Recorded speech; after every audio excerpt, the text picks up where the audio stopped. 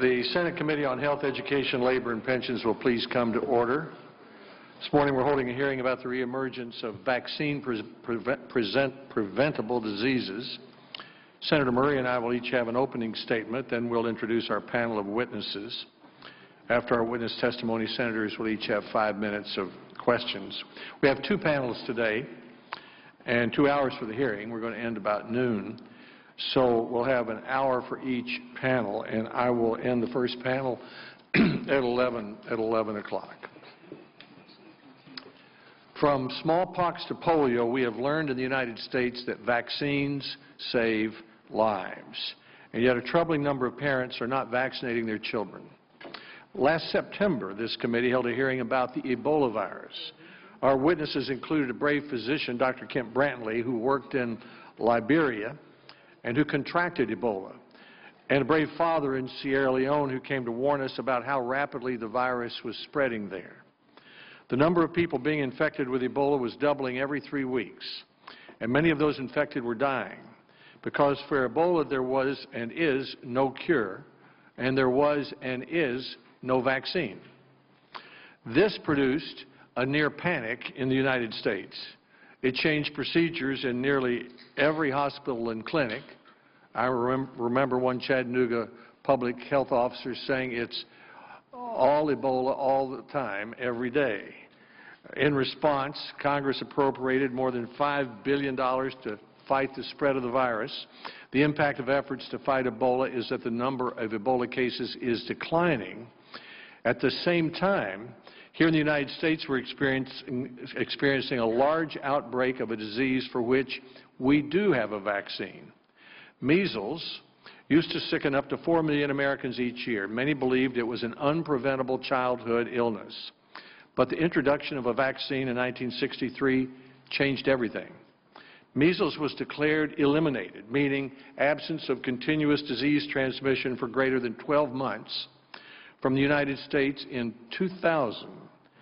Then, from 2001 to 2012, the median yearly number of measles cases reported in all of our country was about 60.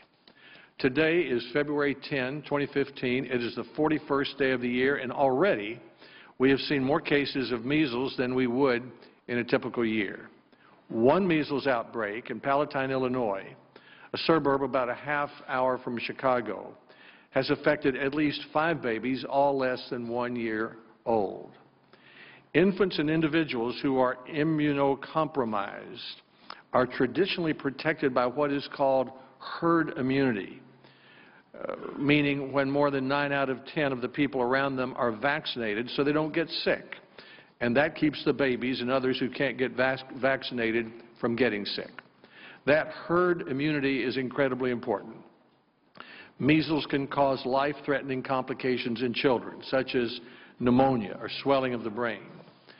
Our witnesses today will talk more not just about what is causing this outbreak, but why some parents are choosing not to vaccinate their children. Measles is only one example. This hearing, which was planned before the measles outbreak, reminds us of the importance of vaccines. An analysis of immunization rates across 13 states performed by USA Today found the following. Hundreds of thousands of students attend schools, ranging from small private academies in New York City to large public elementary schools outside Boston to Native American reservation schools in Idaho, where vaccination rates have dropped precipitously low, sometimes under 50%. California is one of the 20 states that allow parents to claim personal belief exemptions from vaccination requirements.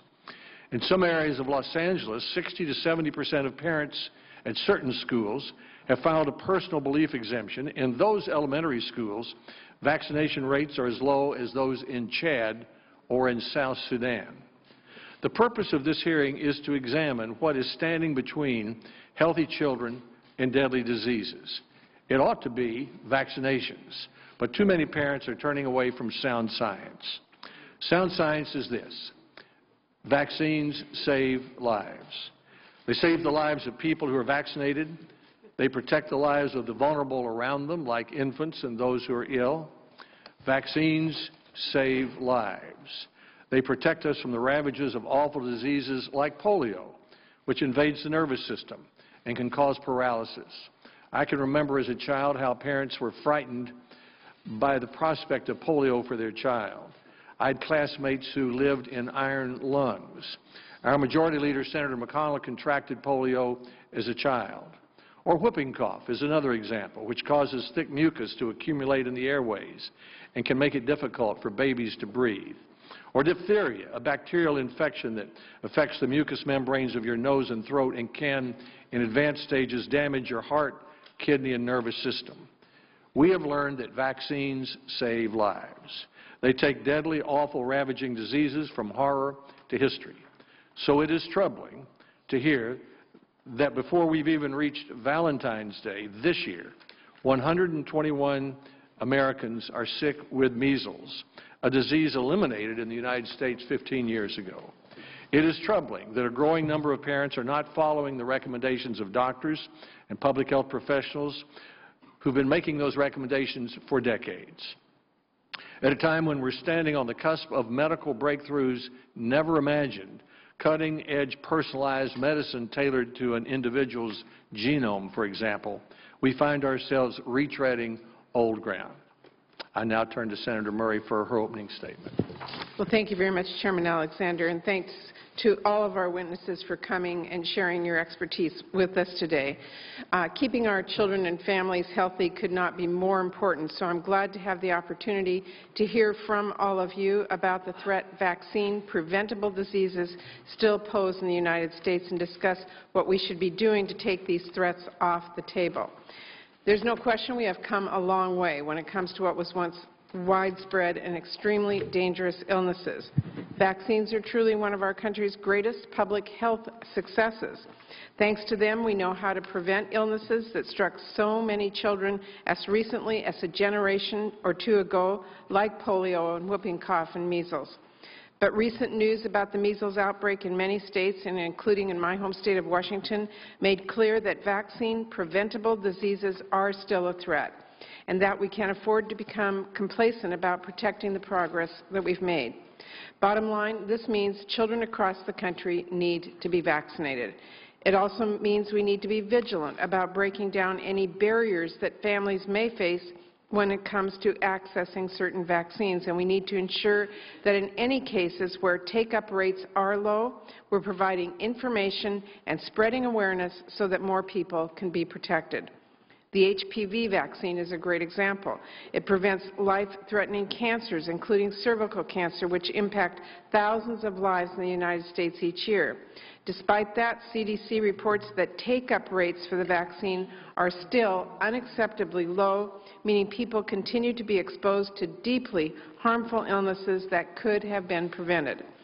I know several of our witnesses have done a lot of work on this issue, and I'll certainly have questions about what we can do to encourage broader use of vaccines. We're looking forward to an update from Dr.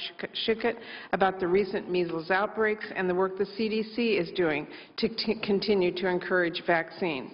I'm very eager to hear from Dr. Kelly Moore about the role of states in preventing and responding to outbreaks like this one.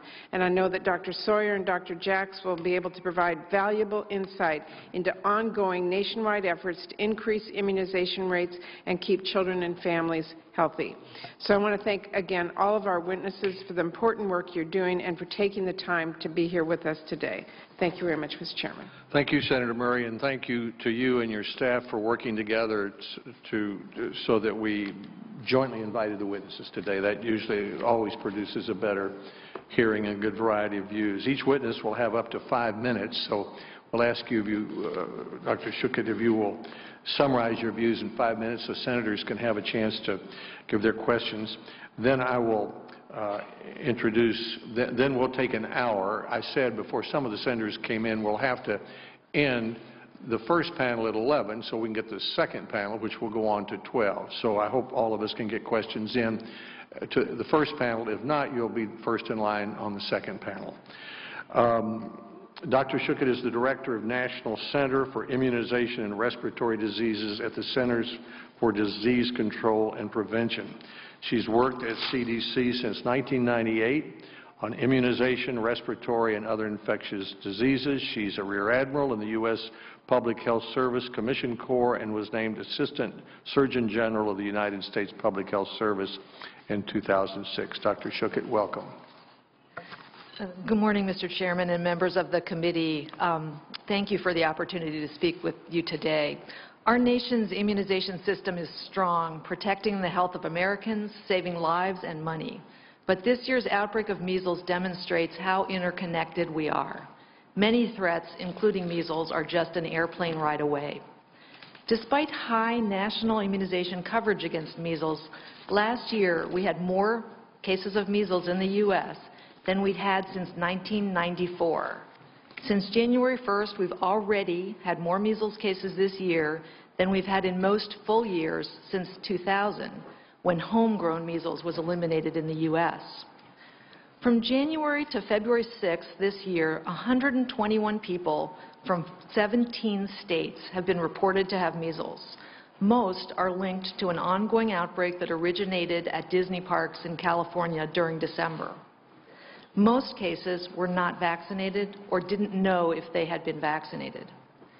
Recent patients with measles have exposed others in a variety of settings, including at school, childcare, emergency departments, outpatient clinics, and airplanes. These episodes require a rapid response coordinated across local, state, and federal jurisdictions. And the backbone for such a response comes from the public health immunization infrastructure, the systems and people that protect our communities from vaccine-preventable diseases. Today we're talking about measles, but we could just as easily be talking about a resurgence of whooping cough, a meningitis outbreak on college, or adapting to a shortage of a popular combination vaccine. We need a strong immunization system that takes care of the everyday prevention and assures the quality of clinical practice, but is also robust enough to respond to emergencies and ready to launch mass vaccination for the next pandemic. Whether a vaccine is given in a private doctor's office or at a community clinic, the public health system plays a critical role in making sure vaccination is accessible, safe, and effective, and used in the best way to protect all Americans, and that our immunization policies are based on a strong scientific foundation continually reviewed. Our priorities for maintaining a strong program include preserving core public health infrastructure at the local, state, and federal levels, maintaining adequate vaccine purchase to provide a safety net for uninsured adults and for responding to outbreaks and other urgent vaccine needs, and making strategic investments to enhance the immunization infrastructure and evidence base and improve efficiency. Coverage for many childhood vaccines is above 90%, and reported cases for most vaccine-preventable diseases are down by more than 90%. And most parents are vaccinating their children with most of the recommended vaccines. Less than 1% of toddlers have received no vaccines at all. Immunization continues to be one of the most cost-effective public health interventions. For each dollar invested in the childhood program, there are $10 of societal savings and $3 of direct medical savings. The past 20 years of U.S. childhood immunization has prevented over 300 million illnesses, 732,000 deaths, and resulted in $1.4 trillion in costs. In many ways, though, cost savings. In many ways, though, we are victim of our own success. Because of our success, fewer and fewer doctors, nurses, and parents have witnessed the serious and sometimes life-threatening consequences of these diseases. Because of our success, parents may wonder if vaccines are necessary, and they may worry that the risks or temporary discomfort of vaccinating may outweigh the benefits of protecting their families from vaccine-preventable diseases. The increase in measles cases should be seen as a wake-up call. Measles is very contagious and quickly uncovers pockets of under-vaccination. In the 1980s and early 90s, measles outbreaks uncovered systemic problems with poor children having access to vaccines, leading to the creation of the Vaccines for Children program. Today, measles in the U.S. is an indicator of how globally interconnected we are. When we see outbreaks associated with importations, measles uncovers those people and areas in the U.S. that are opting out of immunization. And we have indications that some of those unvaccinated micro-communities may be getting larger. Our immunization system has risen to challenges in the past, and CDC will work with partners to keep measles from regaining a foothold in our country again. Working together, we can keep these numbers down, keep measles from returning and threatening the health of our communities, and sustain the enormous health and societal benefits that our immunization partnership has achieved. Thank you. Thanks, Dr. Schuchat. About 10 years ago, Senator Frist, our majority leader and also a physician, led a group of us to South Africa.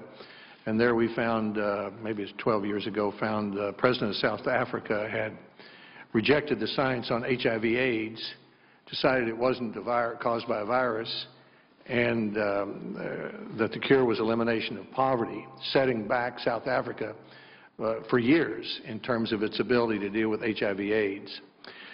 Now today, there's information that's on the internet, which is where we were told the president had found his information some years ago, that says that there was a study published in Lancet in 1998 by Andrew Wakefield alleging a connection between measles, mumps, and rubella vaccine, MMR, and autism.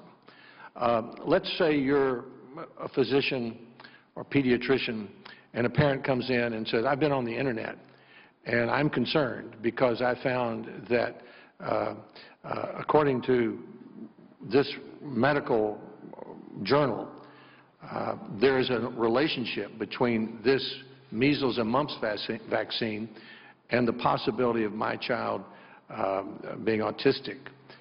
What would you say to that parent? Autism is a terrible condition. That paper that you're mentioning has been totally discredited. It was found to be fraudulent and is not the case. There have been dozens of studies of vaccines and the question of autism. Vaccines don't cause autism. They are highly effective and safe and are a good way to protect your children from vaccine-preventable diseases. When you say totally discredited, what do you mean by that? The information in that particular report was found to be fraudulent by a British investigator. Some of the information wasn't correct in terms of the notes that were submitted. But there have been dozens of studies that were better to try to understand whether there is a link between vaccines and autism. It was sort of a natural question some parents had because of the onset age for autism. But those studies have been incredibly reassuring. So when I talk to the public or I talk to parents, I like to explain that as a physician and as a public health expert, I can tell you that vaccines are very safe and effective, and while autism is a terrible condition, one thing we know is that vaccines don't cause autism. So you would say to the parent that that article was just flat wrong? That's right. And that numerous studies have showed that it was wrong? That's right. And what happened to the author of the article?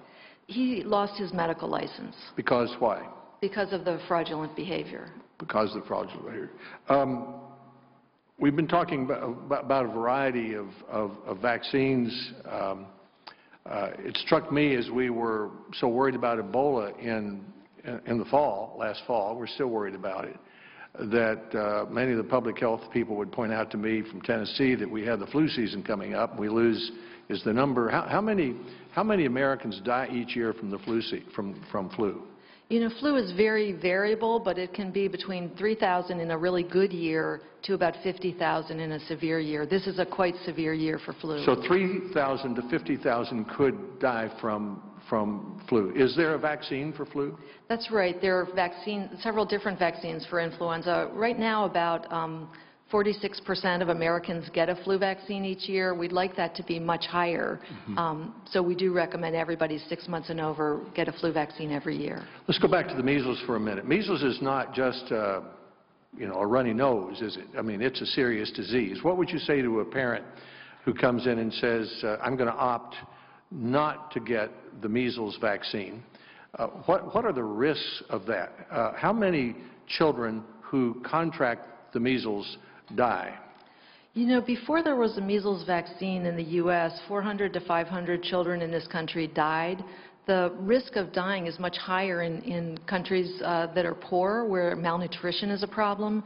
So we have about 150,000 deaths from measles around the world each year. It used to be millions, and that's actually an improvement because of high uptake of measles vaccine. But would it be accurate to say that if your child contracted measles in the United States, the chances of a death would be about 1 in 1,000? That's right. But remember, there are other problems with measles, not just that rare risk of dying. Measles, even a mild case of measles, is a really scary thing for a parent.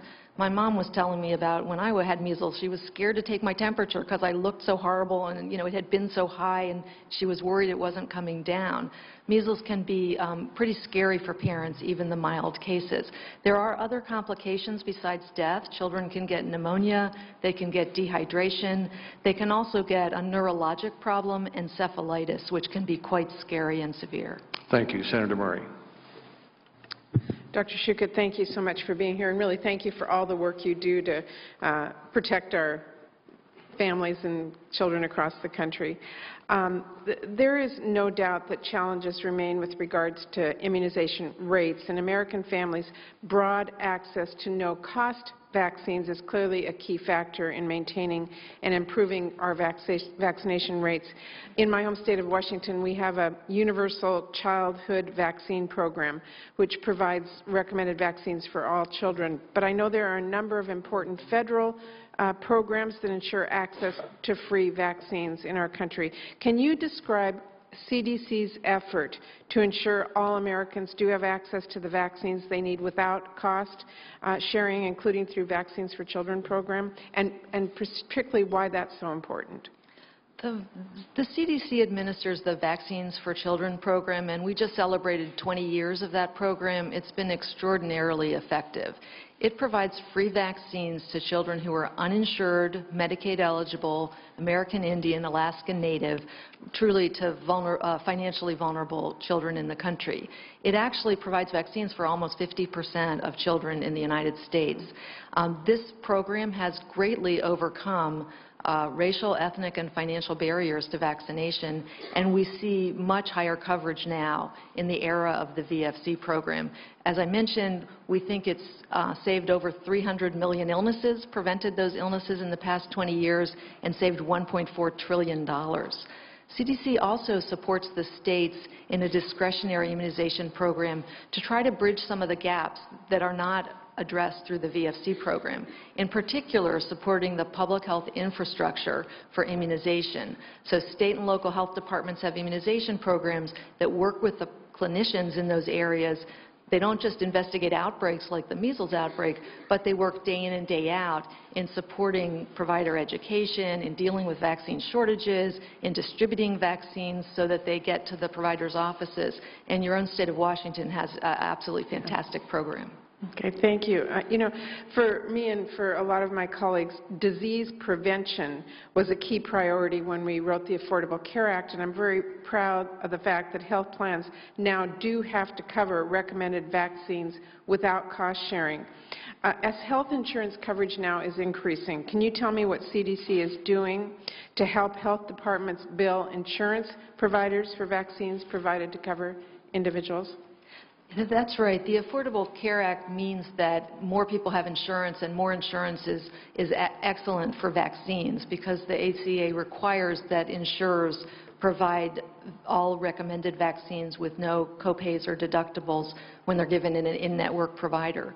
So CDC has been supporting, I believe, 35 states to set up billing practices so that if insured people need to get vaccinated, for instance, in a public health clinic, that health clinic will be able to bill the insurer and recoup the money.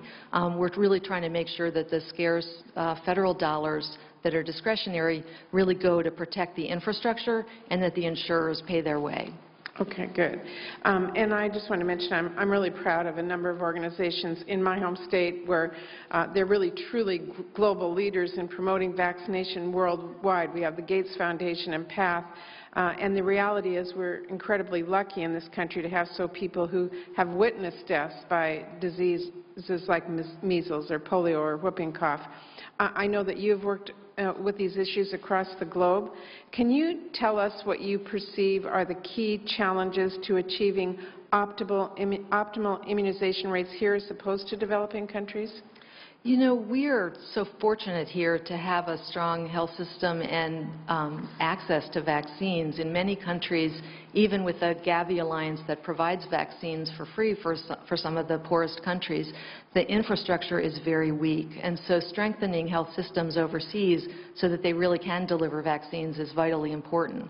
There are a number of public-private partnerships that have been helping in that arena, and I want to just mention the Measles Rubella Initiative. They're responsible for more than 1 billion children getting measles vaccines through campaigns and other areas. And we think that about 15 million children have been prevented from dying from measles in the last 15 years through the Measles Rubella Initiative, working with governments around the world. So the public health infrastructure that we have here is critical for issues like this. Yeah, absolutely. Even if every single American were insured, we still need public health to make sure that we are addressing the needs of the communities. Thank you. Thank you, Mr. Chairman. Thanks, Senator Murray. We'll now move to 5-minute rounds of questions. Senator Collins, Senator Mikulski, Senator Cassidy, Senator Warren will be the first four.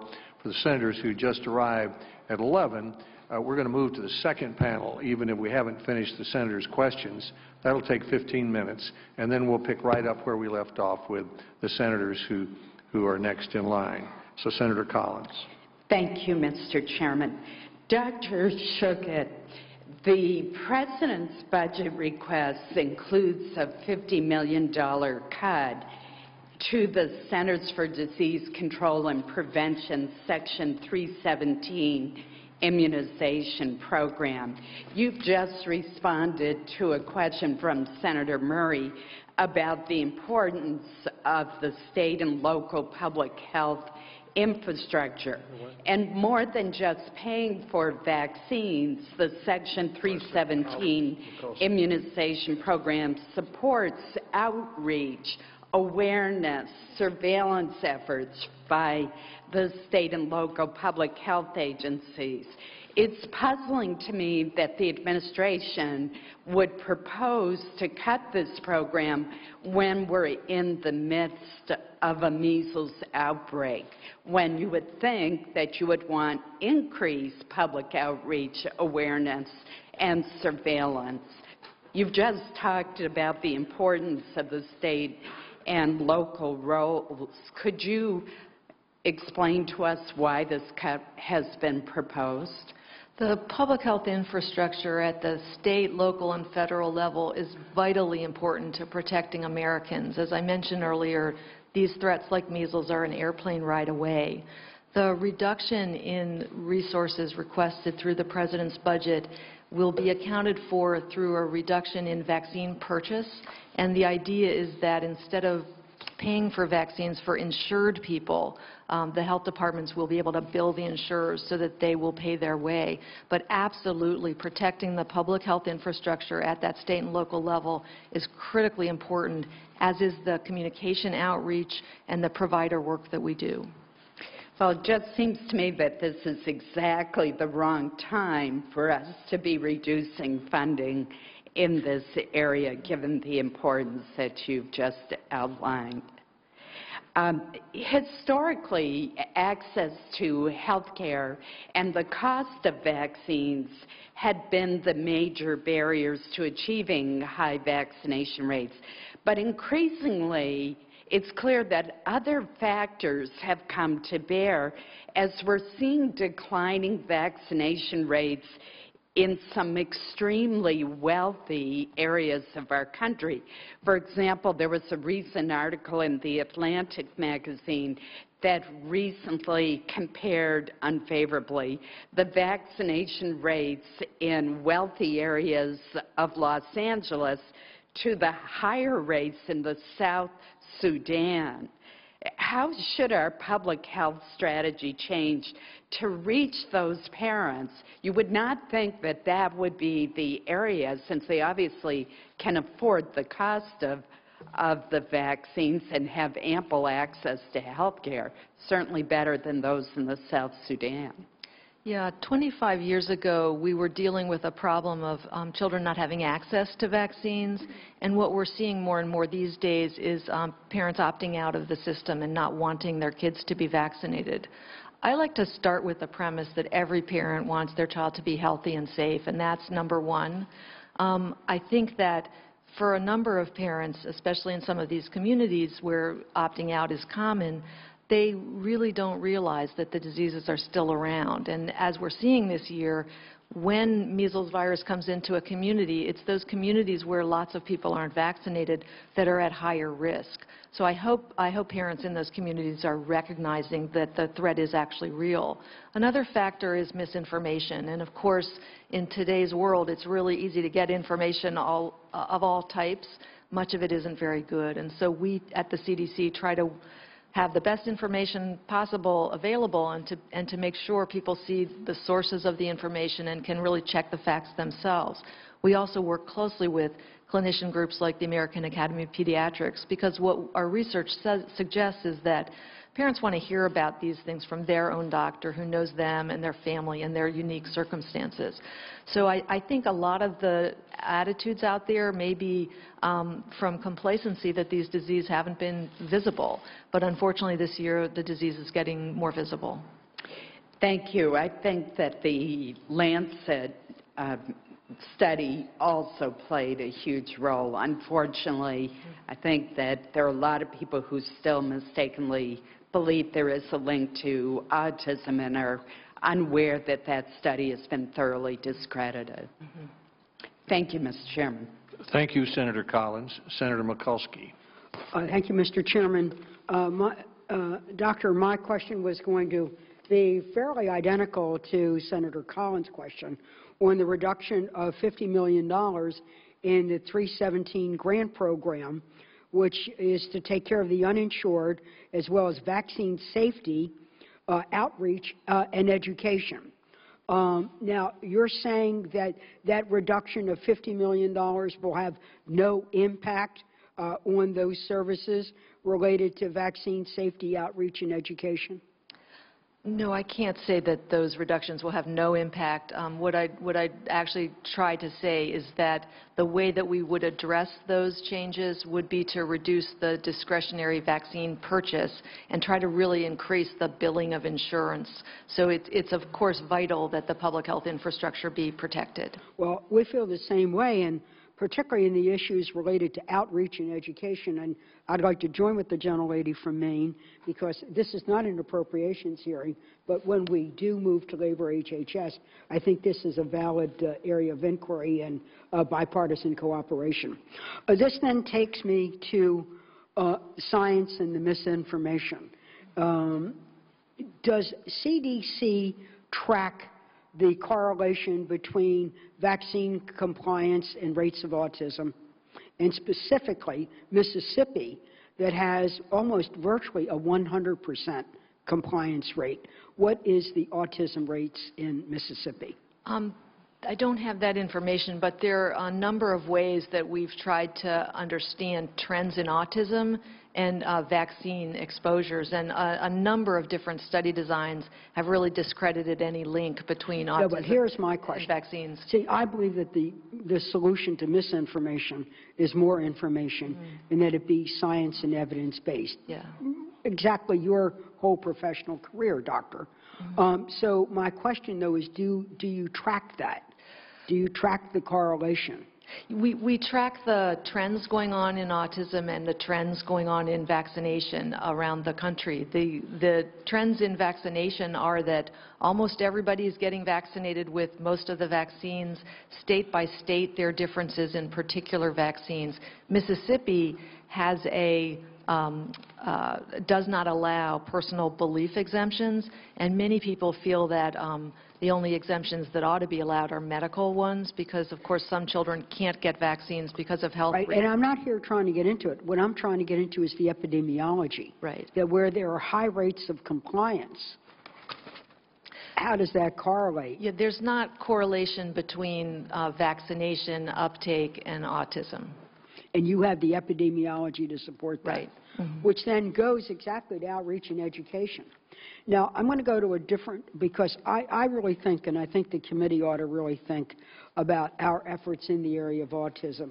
I know we've been very focused on issues related to Alzheimer's and others, but it really is an epidemic in our country, and mothers will do anything, and fathers as well, to protect their children. They need good information, they need real science, and for families facing these challenges, they need to have answers, and it's another area I think we should take a look at on a bipartisan basis.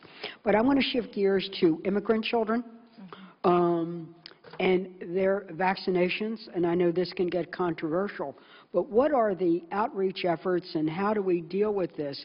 Because, for example, 60,000 children came to America last year. Many of them are in Maryland, and hopefully they're in the sunshine, going to schools and so on. But has CDC an effort with states where there's high rates of new immigrants, both legal and not legal, where the immunizations of the children are addressed, because there's this whole attitude they shouldn't be in our schools, they shouldn't get our public health infrastructure, and this is exactly what we're talking about. In my own hometown of America, Central American kids are going to school side by side with the gentry kids. So how do we ensure that the needs of those children are addressed, and therefore the needs of American children to be protected are also addressed? Vaccine-preventable diseases don't respect borders, and it's critically important for individuals to be vaccinated for their own health, but also to protect the people around them. So the state and local health departments work very hard to make sure that people are immunized regardless of their country of origin. It's very important in an era where measles has been eliminated from North and South America, for us to continue to make sure that there's strong immunization efforts in other parts of the world where measles is still circulating. So for vaccine-preventable diseases, it is important to make sure that people have access to vaccines regardless of where they're from. Thank you. Thank you, Senator Mikulski. Senator Cassidy. Dr. Schuchat, tell me, of those folks infected in the California epidemic, how many were native-born Americans and how many had immigrated here? I don't have that information, but what I can say is that most of the importations that we have of measles each year are in Americans who are traveling abroad. Now, when you say an American, though, an American who is a U.S.-born American. Right. Got you. So we've heard a lot about how the families from the wealthy communities of Santa Monica and the west side of Los Angeles are not vaccinating their children. But is that where we are seeing these cases? Do you follow what I'm saying? I did my residency in Los Angeles, and there are a lot of immigrants, and a lot of those immigrants may have fallen between the cracks. So, again, do we have any sense of who is contracting this? Right. For the measles outbreak, we are seeing spread in some of the wealthier communities in California, for instance. Years ago, we had a lot of importations of measles from Latin America, which is where we have a lot of immigrants. But the Americas really took on the elimination of measles and did major campaigns around all of the countries and had great success. When can I ask then, I'm sorry, just because time's limited, when someone immigrates, what is their requirement in terms of immunization? If somebody's coming from the Philippines, what is the requirement now? There's a requirement for documentation of vaccination against the vaccine-preventable diseases. And for children, the Vaccines for Children program actually makes sure that the refugees, for instance, would have access to vaccines. Now, that would be for VFC. That's for children, by definition, less than 18. What if an adult immigrates from a country like the Philippines? Right. That's not the case there, but most of the spread is coming from most of the risk is in children. If you survive to adulthood in most countries, you've actually already been exposed to measles. So of those adults going to the Philippines and coming back, and they are the ones bringing the cases, is there any, I assume there's a travel advisory if you go to the Philippines, get immunized. Is there any effort in the Philippines? You've mentioned how the Americas have kind of bucked up their immunization efforts. What about the Philippines? Yes, there are efforts there. Unfortunately, the Philippines suffered that horrible hurricane, and after the weather problem, much of their immunization infrastructure was destroyed, and so they have had a really bad measles outbreak in response, and are really, actually CDC and others have helped respond to help them work on their immunization campaigns. You know, the biggest outbreak we had last year from of measles was in travelers, a couple Amish adults who traveled to the Philippines who'd never been vaccinated and brought the virus back to Ohio. It turned out the Amish community really stepped up to be vaccinated, but that was a large community where very few people had been immunized. Fortunately, in the U.S., most communities have high immunization rates, and it's just these newer communities where parents are opting out that we're quite worried about. When we travel overseas, oftentimes we need an immunization record. And so when a fellow from my church just went to a mission conference in the Philippines, I should ask him, but was he required to show his vaccination record, et cetera, to go, and is it required MMR? He wasn't, but we hope that we're reaching him through our outreach efforts. We were concerned that with the Ohio outbreak, we hadn't reached those travelers. They hadn't realized they should have been immunized, and in fact, they were misdiagnosed. Now, that seems like an easy thing to do if you apply for a visa, to put in a note saying, listen, you're traveling to a place with endemic measles, huh? Yeah, there are a lot of electronic prompts and so forth now that do alert you, but, you know, not with our alerts, they're not 100% in terms of people following them. But is that something that we, when we approve a visa, or somehow it seems like there should be some process by which somebody is traveling to an endemic country that we would remind them of their risk? Yeah, definitely we could look into that. What about immunization rates since 2009? Have they risen or stayed the same? They've risen for some of the newer vaccines, and they're stable for the others. And as I mentioned, we track very closely the percent of children who received no vaccines at all by age 2. So somewhat stable. I just am wondering about Senator Murray's statement. You seem to concur that the Affordable Care Act may have improved immunization rates, but I think we know with the CHIP program and the Vaccines for Children's program, I've done a lot of immunization work among children, that really cost has not been a barrier for immunization for children for some time, again, because of VFC as well as for public health units. Would you accept that? That's right. It's adults where the vaccination record rates are very low, and then we have some lagging coverage in teenagers, particularly with the HPV. But VFC would not, for example, require hepatitis B coverage in an adult, I presume. No, the VFC just covers people through age 18. And the ACA would not either. No, the ACA would cover vaccination of an adult with hepatitis B if they were in a recommended... If they're at risk. If they're at risk, a gay man or something like that. Well, but I do think it's important for the record that for childhood immunization, the Affordable Care Act is really, you know, not hurt, but it's certainly not augmented that which was previously there. The Vaccines for Children program has had huge impact, and it's really been a wonderful... The VFC, but not the ACA. We need to keep moving. I yield back. I'm sorry. Thank you, Senator Cassidy. Senator Warren. Thank you, Mr. Chairman. When the polio and measles vaccine became available for the first time, parents lined up to make sure their kids would be protected. They've lived in a world of infectious diseases that destroyed children's futures, and they desperately wanted to leave that world behind. These vaccines work so well that the memory of these diseases has faded, and the importance of vaccination has become less obvious. Last month, the Pew Research Center report found that while nearly 80% of baby boomers and seniors believe vaccines should be mandatory, only 59% of people under 30 hold that belief. And now measles is back. So, Dr. Schuchat, you are the top immunization official in the United States. I just want to walk through the science on this with you. Is there any scientific evidence that vaccines cause autism? No. Is there any scientific evidence that vaccines cause profound mental disorders?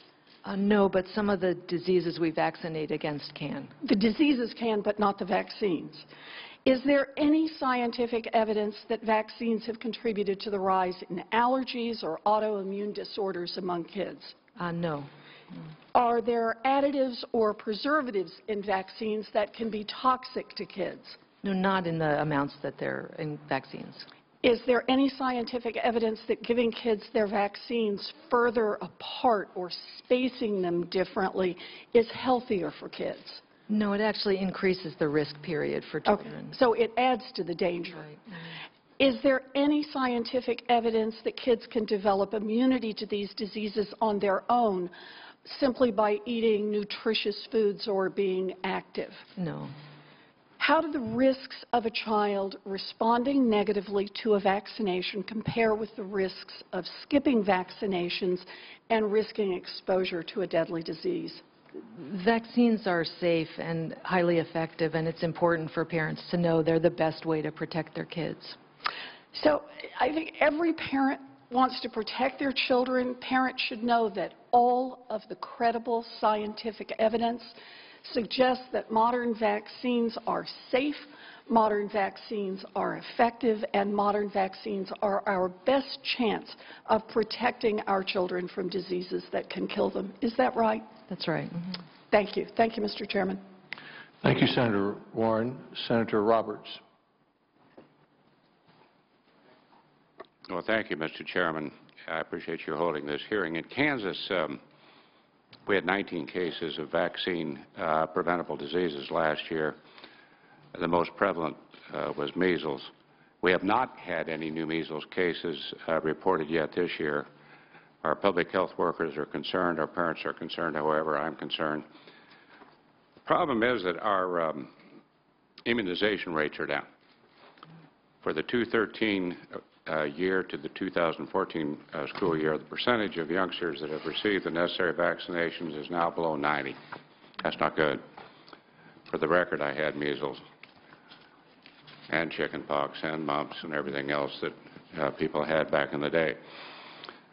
But what I'm asking, if I can get to it here very quickly, if immunization rates continue to decline, what advice do you give to these youngsters' parents who have to rely on others in their community to choose vaccination to help protect their own? The lower the rates are, the more your children are at risk. So you want to be making sure your own children are vaccinated, but also it's important to have those around them vaccinated. Some kids can't get vaccines because they have leukemia, for instance. They can't get live viral vaccines. So our best protection is that community level of vaccination.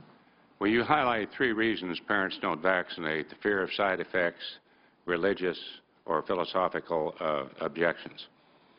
And there's a whole bunch of paragraphs here in the background information on which states are easier to get a religious exemption and which are easier to get a philosophical objection, a simple letter signed by a doctor.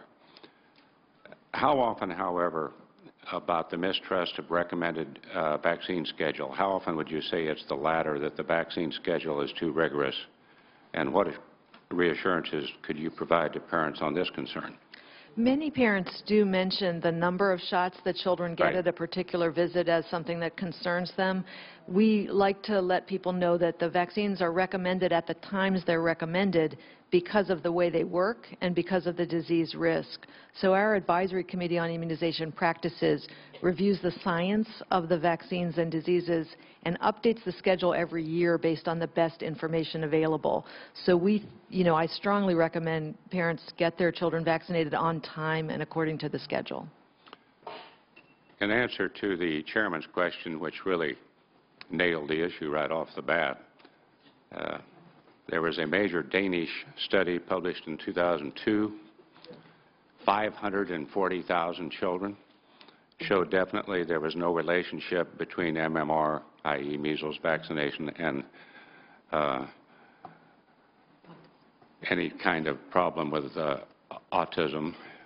An Institute of Medicine report in 2004 did the same. Along the way, there have been studies from the National Institute of Health, the Centers for Disease Control, hundreds of other reliable academic groups. All of these examinations point to the same conclusion: the body of evidence was firmly established a long time ago.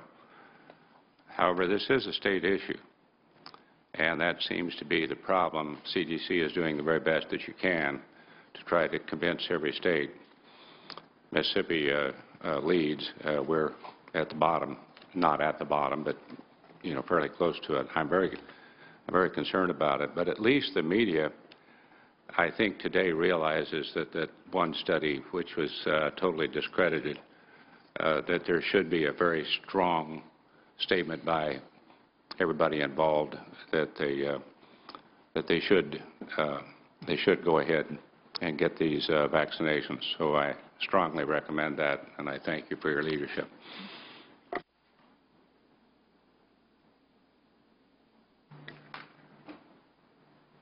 Thank you, Senator Roberts. We'll now go to Senator Baldwin. I want to mention again to the senators at 11, we're going to excuse Dr. Schuchat and call the second panel for 15 minutes, but then any senator who hasn't had a chance to ask a question will be the first one up. Senator Baldwin. Thank you, Mr. Chairman. I also want to thank the ranking member for holding this hearing. Our nation's vaccine program has greatly reduced human suffering and saved lives by preventing and reducing the outbreak of preventable diseases. And thanks to national policies, including the Affordable Care Act, now millions of families have access to free immunizations. And it's why I'm so concerned, as I know many of my colleagues are, about the recent measles outbreak and the surge in misinformation exacerbated by the media and even some national figures. And this misinformation, of course, is surrounding vaccine safety. To prevent against future outbreaks, I think it's vital that we continue to invest in our nation's vaccine production capacity, support cutting-edge science, and enhance public education surrounding vaccine safety. So I have a number of questions, especially around our production. Over 20 years ago, partially in response to a measles outbreak, Congress recognized the critically important roles of vaccines by passing and creating the CDC's Vaccine for Children program, which provides recommended pediatric vaccines to low-income children. The CDC also maintains a stockpile for pediatric vaccines. So, Dr. Schuchat, could you tell us the current state of our national pediatric vaccine stockpile? And is the measles vaccine included in that supply? And can you elaborate on the role of this stockpile in addressing outbreaks, as well as how CDC works to maintain it? Yeah, the Vaccines for Children program includes a stockpile that is approximately 50% of enough vaccine for 50% of the pediatric population to be vaccinated for a year. So we currently have over 3 million doses of MMR vaccine. The vaccine stockpile has been used both for outbreak response, but it's also been used for vaccine shortages. And even with a robust vaccine manufacturing industry, there are many vaccines where there's only 1 or 2 manufacturers that produce them, and when there are interruptions in supply, we'll have to go to our stockpile to make sure that there's not an interruption in use. So it's really been a critical safety net for the vaccine security. I want to explore a little further this issue of production and interruptions in production, both with disease preventable or diseases that are prevented by vaccines, but also, with the influenza vaccine, where they may not be 100% matched to the strain that's prevalent in a given flu season. 2 issues. One is, well, 3 issues. Domestic manufacturer versus overseas manufacturer in the case of an epidemic that's particularly lethal has been a long issue, and I understand we've improved domestic production. Anything you can elaborate on that would be helpful. Secondly, production is usually still slow and based on chicken eggs, and there have been many efforts to transition to a cell-based production in the influenza vaccine. Where are we on that? And thirdly, with regard to diseases that are preventable by vaccine, we have had drug manufacturers who've decided to exit that that area, and oftentimes with little notice to the medical profession. I've heard from frontline pediatricians who say, we don't have enough in our clinic and we have people coming in and we can't meet the demand. Is there better notice given to the CDC? Do we have more safeguards in place to make sure that we don't have an alarming shortage? Mm-hmm. Yeah, we had a big wake-up call about 10 years ago in October 2004, where overnight half of the expected influenza vaccine supply wasn't coming through.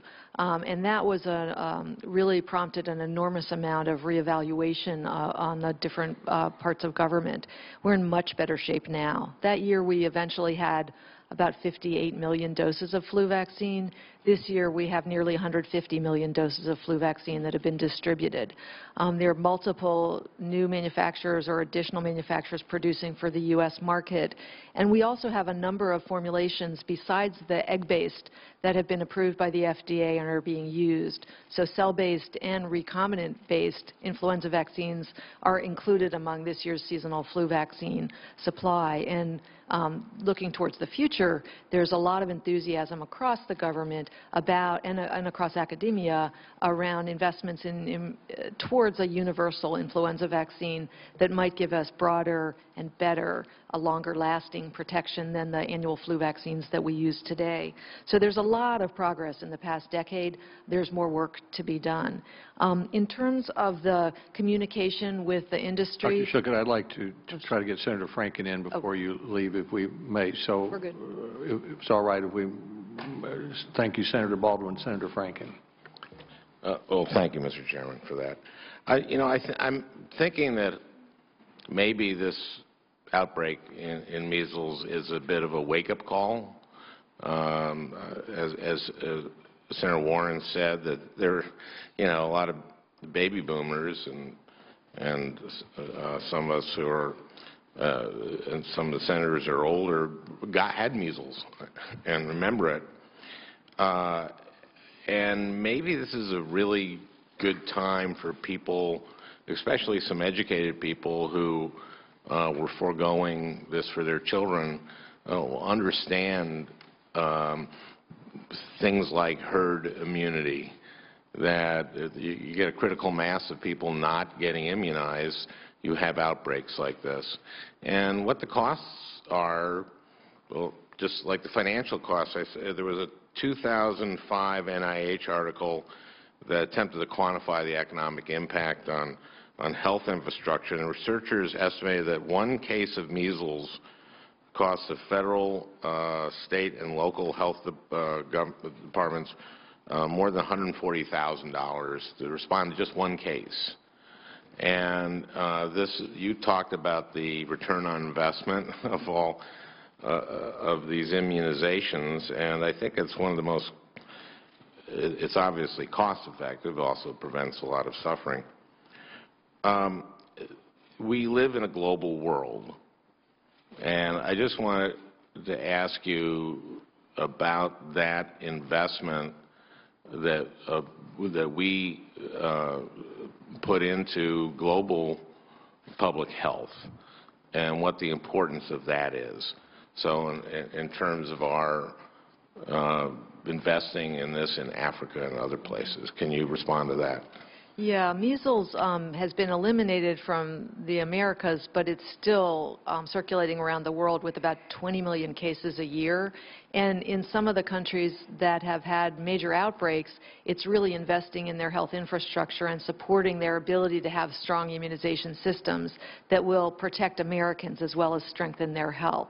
So we're really keen to be partners in the Polio Eradication Initiative, in the Measles Rubella Initiative, in the Gavi Alliance, and in ways that we can help protect children everywhere with vaccines that are safe and effective. It really strengthens our community's protection here at home, and it's really the right thing to do overseas as well. Because this, measles in particular is highly contagious, and you're one plane ride away from another, for an American getting infected. Speaking of which, what other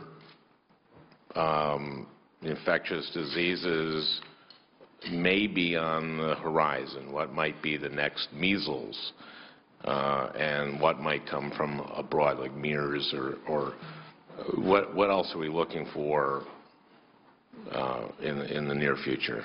You know, with possibly. Yeah, with infectious diseases, you really have to be ready for the idea that the microbes are changing faster than we are as people. And so, you know, this past year we dealt with the enterovirus D68 problem, a severe respiratory illness in children that we really hadn't seen. The last 2 years we've been dealing with the Middle East respiratory syndrome, a new virus that was causing very severe disease in the Middle East and in some travelers returning from there, with 2 cases here in the U.S. imported. That's the MERS. MERS, right, yeah. MERS. So we really think it's critical to be strengthening public health infrastructure and capacity for global health security in countries around the world, so that, you know, we don't let an epidemic like Ebola get as bad as it got, but can jump on it right away. We don't see importations of MERS, but we recognize these diseases overseas and help the countries that are battling them deal with them swiftly. And that's why the CDC is so important. I really want to thank you for your service to this nation and to the world. Thank you, Doctor. Thank you, Mr. Chairman. Thank you, Senator Frank. And Dr. Schuchat, just to, maybe I misheard something. The State Department website says that U.S. immigration law requires immigrant visa applicants to obtain certain vaccinations prior to the issuance of an immigrant visa. So an adult immigrant to the United States who obtains a visa is required to obtain certain vaccinations, correct? Yeah, I think that's right. I can double check. We can confirm. I'm reading off the the State Department website. I didn't want to leave the impression that I didn't want to leave a different impression if a different impression was untrue. Thank you. Dr. Schuchat, thank you so much for your time. There are a couple of senators who haven't had a chance to ask questions, but I hope they will understand that we want to invite the second panel to come up now, and they will be the first ones up after the next 15 minutes of testimony. I'll now move ahead and introduce the second panel to save time, if I may. First, we'll hear from Dr. Kelly Moore. Dr. Moore is Director of Immunization Program at the Tennessee Department of Health. In this role, she's responsible for promoting proper use of recommended vaccines, as well as overseeing the response to outbreaks of vaccine-preventable disease. She has her undergraduate medical degrees from Vanderbilt, a Master's of Public Health from Harvard School of Public Health, and I'm completely objective, but the Tennessee Department of Public Health is one of the finest in the country. Dr. Mark Sawyer is Professor of Clinical Pediatrics and a Pediatric Infectious Disease Specialist at the University of California, San Diego, and Rady Children's Hospital in San Diego. He's also the Medical Director at San Diego Immunization Partnership and involved in a variety of immunization practices projects. Dr. Tim Jacks is a pediatrician and the father of 2 children who recently were exposed to measles in Arizona. He's an Every Child by 2 immunization champion. Every Child by 2 is a nonprofit dedicated to increasing vaccination rates among children. His wife is in Arizona caring for their 2 children. I'm grateful he could be here to tell their story. Dr. Moore, let's begin with you, and if the 3 of you could summarize your comments in 5 minutes, we'd appreciate it, and then the senators will continue questioning. Thank you, Chairman Alexander and Senator Murray, for holding this hearing on the benefits of immunization and for inviting me here to testify about the public health perspective on vaccine-preventable disease. Most people are unaware that even in a state with a strong history of immunization, a single case of measles requires a major public health response. I'd like to begin by acknowledging Governor Bill Haslam and First Lady Chrissy Haslam for their commitment to immunization as an essential step in promoting and protecting the health and prosperity of Tennesseans. You could say Tennessee has a culture of immunization. For the past 2 influenza seasons, the majority of Tennesseans aged 6 months and up received a flu vaccine. In 2013, 95% of kindergartners were immunized with all required vaccines, including both doses of MMR. Just 1 out of 100 claimed a religious exemption, and just over 1 in 1,000 were exempted by a doctor for medical reasons. The Federal Vaccines for Children program has removed barriers to access for eligible children since 1994. Our state's online immunization information system, supported by Section 317 federal funds, ensures that authorized users such as clinics and schools have access to immunization records to see what vaccines a child may need or to verify that they're protected. We have more work to do to reach high immunization rates with vaccines designed for teens and adults that prevent diseases such as meningitis, cancer, pneumonia, and shingles. Public health partners with our clinical and pharmacy colleagues to address misinformation and concerns about safety, health benefits, and affordability. To improve access, our department is using federal prevention and public health funds to help local public health clinics become in-network providers for commercial insurance plans so we can provide recommended vaccines to their beneficiaries with no out-of-pocket costs. When it comes to disease outbreaks, few realize how much public health work goes into one case of measles. I vividly recall each of the 9 cases Tennessee has had in the decade I've directed our immunization program. Our most recent experience is a good example. On a Friday afternoon last April, a doctor called his regional public health office about an adult with an uncertain immunization history and recent overseas travel who was in the ER with classic symptoms of measles. The diagnosis was not in question. A game plan was quickly developed in a call with the state immunization program to identify those who may have been exposed in the 4 days the unsuspecting patient was highly infectious. 124 people were identified. The MMR vaccine could protect the most recently exposed susceptible contacts if local public health could find them quickly enough. 25 contacts with uncertain immunity were vaccinated on Saturday. Others were counseled about what to do if symptoms developed. Among the 124 contacts, just 3 cases among other adults developed. For these, the same isolation, contact tracing, and notification process was practiced, but faster. No additional cases occurred. In total, 406 contacts were evaluated. TDH worked with the media statewide to educate the public and prepared clinicians through state health alerts and an educational webinar. CDC measles experts provided consultation and specialized testing that helped us optimize our outbreak management tactics. A great deal of credit in this story goes to the hard work of public health at all levels. This result, however, could only have been achieved in a community where a very high percentage of the population was already immune.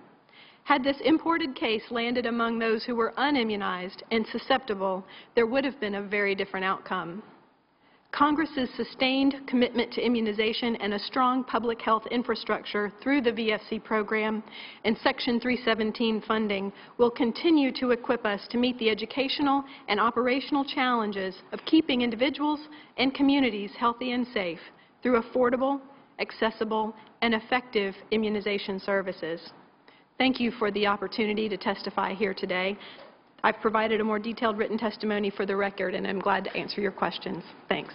Thank you, Dr. Moore. Dr. Sawyer. Chairman Alexander and Ranking Member Murray, thanks very much for holding this hearing on a very important topic, the reemergence of vaccine-preventable disease and what we can do together to prevent further outbreaks.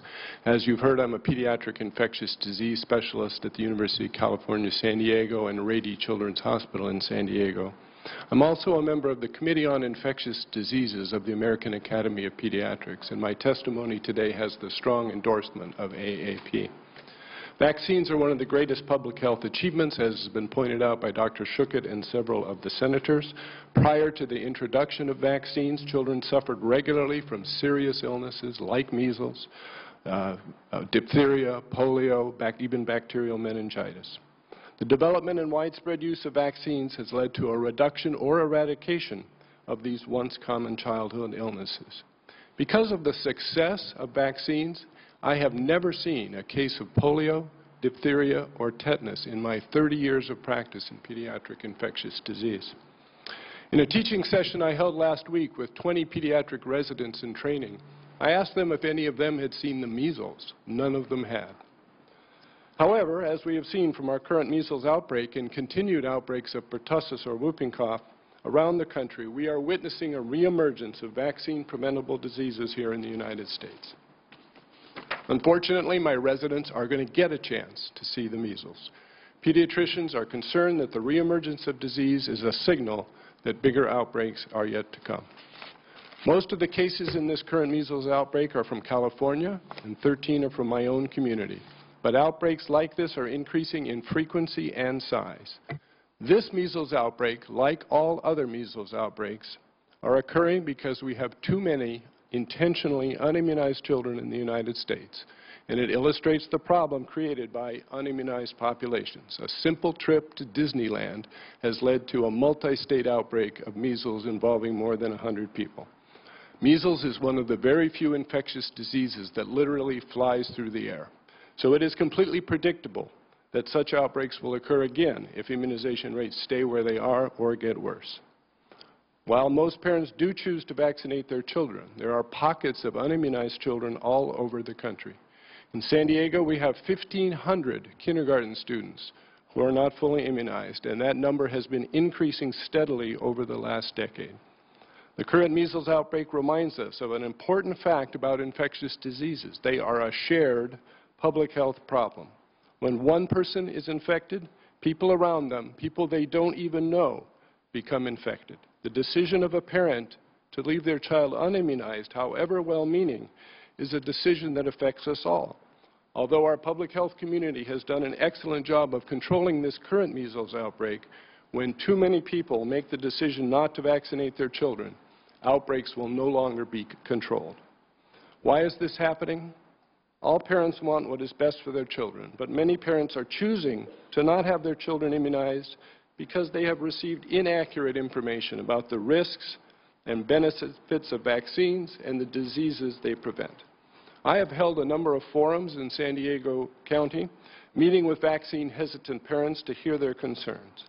Based on what I've heard in these discussions, I conclude that the Internet can be a dangerous place for parents looking for information about vaccines. The Internet is replete with anecdotes and misinformation that leads parents to think that vaccines have caused harm. What is overlooked by parents is the fact that just because an adverse health outcome occurs in the time after a vaccine doesn't mean that the vaccine caused the problem. It takes science to prove or disprove a linkage between two events, and our parents are not hearing the science. The vaccine schedule recommended by CDC and AAP has been developed with strong scientific standards and has been proven to be both safe and effective. In every case, for every vaccine, the risk from the disease outweighs any risk from the vaccine. In my opinion, the best way to decrease the number of families refusing to vaccinate their children is to improve communication about vaccine safety and effectiveness, to increase the science literacy of our population, to limit the philosophical exemptions from school entry requirements for vaccination, and to continue to carefully monitor the safety of all of the vaccines we use. Taking these steps can ultimately help reduce the number of children who choose not to vaccinate their children. The reemergence of vaccine-preventable diseases is alarming and must be confronted if we are going to prevent further outbreaks like the one we're currently experiencing. Thank you for allowing me to testify, and I look forward to your questions.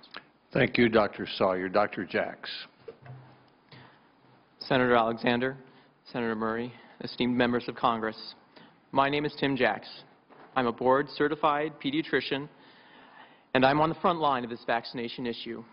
I daily recommend vaccinations to my patients and address concerns and questions they have regarding immunizations.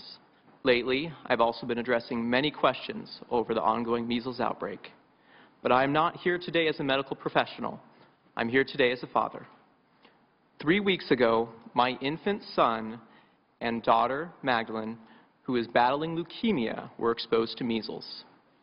Since her diagnosis with leukemia 6 months ago, our home life has revolved around my daughter Maggie's care. She's been admitted to the hospital 6 times and spent nearly a month there. She's on a very regimented schedule of treatment, and she takes medications 3 times a day, up to 6 medications at a time. We have weekly visits to an outpatient clinic where she has procedures, she has blood work drawn, and she gets her chemotherapy infusions. At one such clinic visit, my children were exposed to measles. We were informed of this exposure and instructed to return for shots of the measles antibodies, which we did. Now, these antibodies are not perfect protection, but in the case of my children, it's the only thing we can do to prevent them from actually coming down with measles. Right now, my 2 children are at home under quarantine. While we are waiting the 3 weeks to see if they develop measles or if they exit quarantine without any symptoms, I typed an entry into Maggie's blog. And this blog is something I use to update family and friends to her treatment progress and just to let people know how she's doing. Typically, I get 100 people reading this blog. Needless to say, it has gone viral. The title of this blog entry was "To the parents of the unvaccinated child who exposed my family to measles." In this blog, I vented my frustrations, my anger at the situation, and I explained and hopefully educated some people as to why my children and many other children like them are at risk. Eli, my 10-month-old son, has received all of his immunizations on schedule, but is too young to receive his first dose of MMR. And my daughter, Maggie, who was also previously fully immunized, is at extra risk right now because of her weakened immune system due to her leukemia as well as her treatment. The blog went viral. In over 2 weeks, it received over 1.3 million shares on Facebook and has been read countless times. I've been contacted and interviewed by CNN, Fox News, and many other local and national media outlets. I have taken these opportunities to share our story and hopefully raise awareness to this issue. My hope is that we can prevent some families from going through the same thing that we've gone through these last 3 weeks. I also hope that we can prevent more families from getting measles altogether. Prevention is simple. Vaccinate. As immunization rates drop, the herd immunity starts to break down. And this herd immunity is the only thing protecting my 2 young children from being exposed to measles or whatever the next outbreak is. I urge a strong, unified, bipartisan voice supporting the scientific evidence that vaccines are safe and that they save lives. We need a consistent message from the presidency to Capitol Hill down to our local state legislators, schools, and even daycares.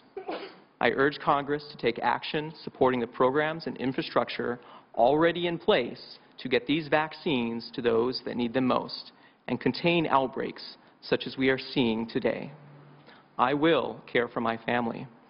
I will work to promote health among my patients, and through partnership with organizations like Every Child by 2 and the Arizona Partnership for Immunization, I will advocate for timely vaccinations for children. Thank you for your commitment to this issue. With your help, we can stop the spread of vaccine-preventable diseases and protect the innocent. We can protect our children. We can protect my children. Thank you. Thank you, Dr. Jacks, for your personal story, and thank you, Dr. Sawyer and Dr. Moore. Now we'll go to the senators who have not yet had a chance to ask questions, and we'll begin with Senator Casey.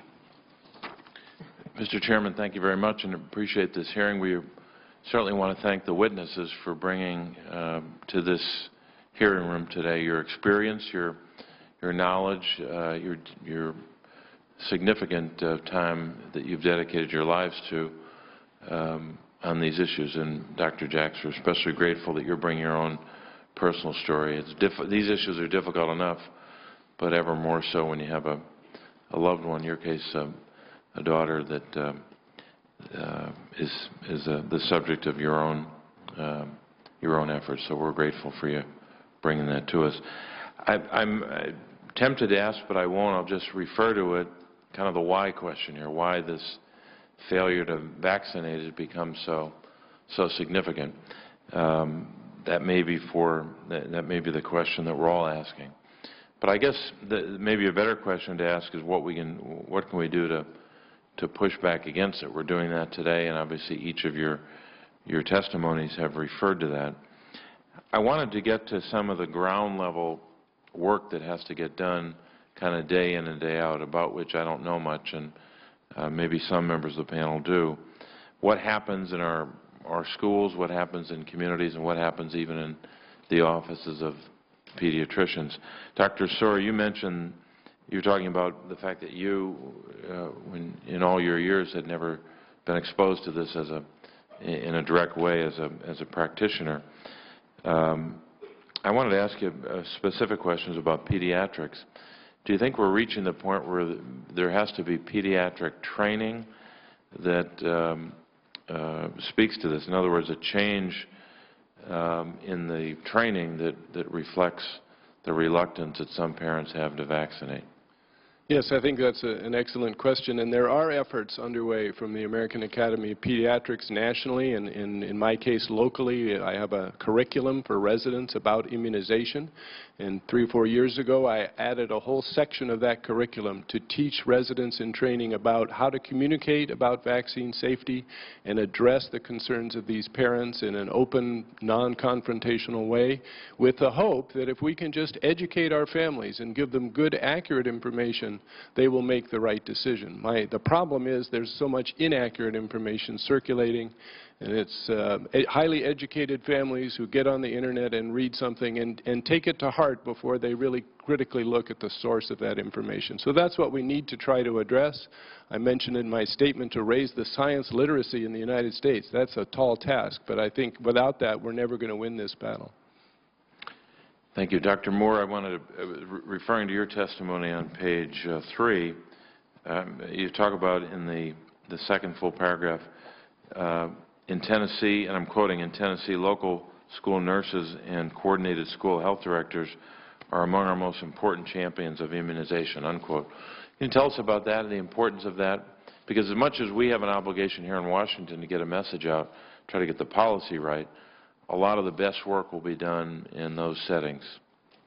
That's true. I can't speak highly enough of our local public health nurses and the school nurses and school administrators who work with families, because truly these parents often hesitate to vaccinate their children out of fear. They want to do what's best for their child. These bells go off when they hear scary things about vaccines, and it's very hard to unring that bell. But the people best equipped to do that are the people they trust and are in close relationships with. And when I talk to local public health nurses, they care so deeply about these families that they work with. And a lot of this can be overcome with credible information from trusted sources, good relationships, and that's what these folks provide. And I'm always a phone call away when they have a question on a technical thing. I can help them with that, but they're the ones with the relationships with the families to help them overcome these fears. And I think our immunization rates are a testimony to that ability for them to work through this with families. I appreciate that. I'll wrap up with just one statement. I know that in the debate about how to respond to the Ebola crisis, among the best pieces of advice we all got here was local validators are a lot better than validators outside of a local area. I won't say Washington, but I think you know what I'm talking about. Thank you for your work, and grateful that you're here today. Thank you, Senator Casey. Senator Murphy. Thank you very much, Mr. Chairman and Ranking Member, for this hearing. Thank you, all of you, especially to you, Dr. Jacks, for taking the time to tell your story. I wanted to talk for just a minute, ask a few questions about the nuts and bolts of how exemptions work, because we've seen a pretty rapid rise in exemptions in my state, for instance, which has fairly loose rules regarding getting exemptions, a feature we share with California, frankly. We've seen just in the last 3 years the number of people who are applying and getting religious exemptions is doubled. Just in 3 years. And so I heard in your testimony, Dr. Sor, that you're actually proposing eliminating the philosophical objection. Can you just speak for a minute on why you've made that proposal? Yeah, well, I made that proposal because, as you pointed out, I live in California, where up until last year, in order to exempt your child from school vaccinations, you simply flipped over a paper at the school registration and signed it that you had a philosophical objection, not a religious exemption, not a medical reason your child couldn't be vaccinated. You just don't believe in vaccines. And just as you mentioned in your state, we've seen a steady rise in those exemptions in California over the last decade. And, you know, there are very few religions specifically advise their followers to not vaccinate. It's this philosophical exemption that's causing the problem, and I think it's driven by misinformation. So I'm certainly in favor of eliminating such philosophical exemptions. A state senator in California just introduced a bill last week to do just that, and I'm certainly going to be supporting that effort in California. Let me suggest an alternative to the elimination of the exemption. As you mentioned, all that you need to do in a state like California or Connecticut is simply sign a piece of paper. You actually get no information about the consequences of not getting a vaccination. And yet the studies are pretty clear that the more information that you give, the less likely it is that people will take the exemption, and in fact, the less likely it is that you'll have outbreaks. Here's a pretty stunning one from 2006. In states that had higher bars for exemptions, they were 50% less likely to have whooping cough outbreaks. You can recite other literature that says the same thing. So I asked this to Dr. Sawyer, but happy to get comments from the rest of the panel.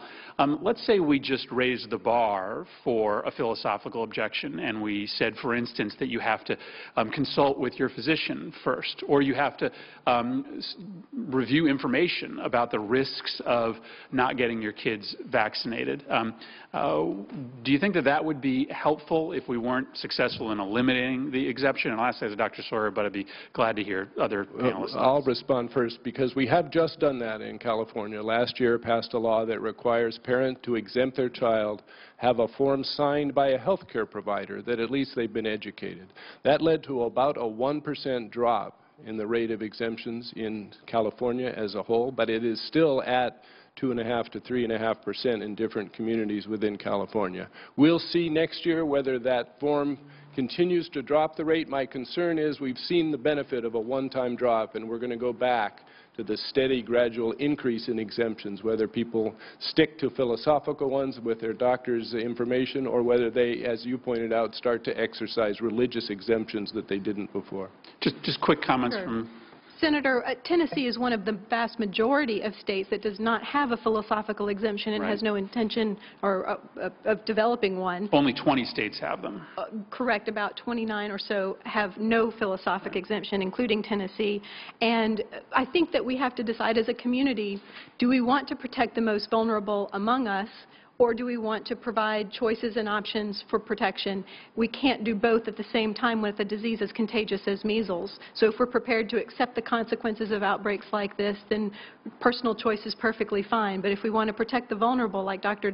Jack's children, then immunization needs to take place to do that. It's the best way to do it. Thank you, Mr. Chairman. My office is looking at some legislation, proposed legislation, that would provide some incentives for states to increase the information that they're giving to parents, not necessarily dictating what exemptions are used, but to admit that as a national health priority, it probably makes sense to make sure that the best information is giving out. The irony is that if you're getting a medical exemption in most states, you actually have to have a note signed by a doctor. But if you're using a philosophical exemption or religious exemption, often all you have to do is sign the back of that form. It seems like we should, at the very least, try to marry those two standards together. Thank you very much, Mr. Chairman. Thank you, Senator Murphy. Senator Bennett. Thank you, Mr. Chairman. Thank you very much to you and the ranking member for holding this hearing. It strikes me, listening to the testimony, that we've been victimized by two things. One, a generation that has not experienced these diseases because of vaccines and have lost sight of what they look like. And interestingly, to Dr. Sawyer's point, the unedited content on the internet that people, more affluent families, I guess, are reading. I wonder, Dr. Sawyer, and then I asked the other panelists, and let me also say, Dr. Jackson, thank you for your testimony. I hope Maggie's having a chance at least to watch you while you're doing this, or maybe doing something more interesting at home, but thanks for being here. Dr. Sawyer, maybe we'd start with you. Could you use this opportunity to tell us what the biggest falsehoods are that are being trafficked on the internet, and what the answers to those falsehoods are? And if the other panelists would like to join in, that would be great as well. Well, as has been mentioned here several times today, autism remains one of the major concerns of parents, even though, as Dr. Schuchat pointed out, the science has completely discredited any association between the two. Once you get beyond that, the next thing you hear is that we're overwhelming children's immune system with too many vaccines too soon. The whole philosophy of the immunization schedule is to protect children as soon as we can for as many things as we can. So delaying vaccines is really counterintuitive to the whole purpose of the vaccination program.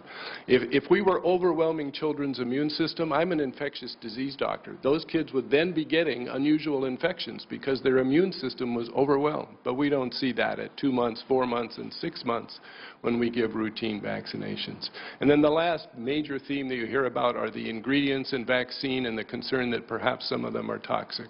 Once again, that's been discredited and looked at very carefully. FDA approves these vaccines in large part based on their safety record. Dr. Moore? I will add to Dr. Sawyer's excellent list that I agree with. The flu vaccine causes the flu. I hear that every year over and over from well-educated folks, and that's certainly one that we work to counteract because of the benefits of flu vaccine.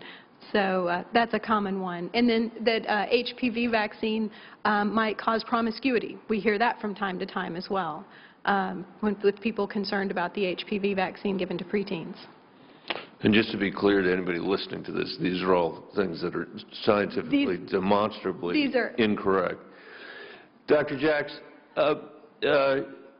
I wondered, you're a pediatrician. Do you have advice for pediatricians across the country about how to handle the conversation that they have with parents about vaccines? Yeah.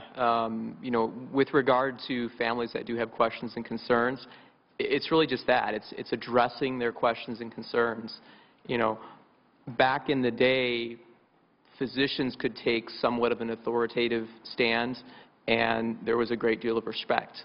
Nowadays, it's really more of a working with families to come to a conclusion of what's best for their children, whether it's immunizations or whether or not we want to treat an ear infection. And so as a pediatrician, my goal is to, number one, develop relationship with my families so that we do have that rapport, and then for me to make my recommendations and address their concerns specifically. Do you have anything, Dr. Sawyer, you'd add? You train pediatricians.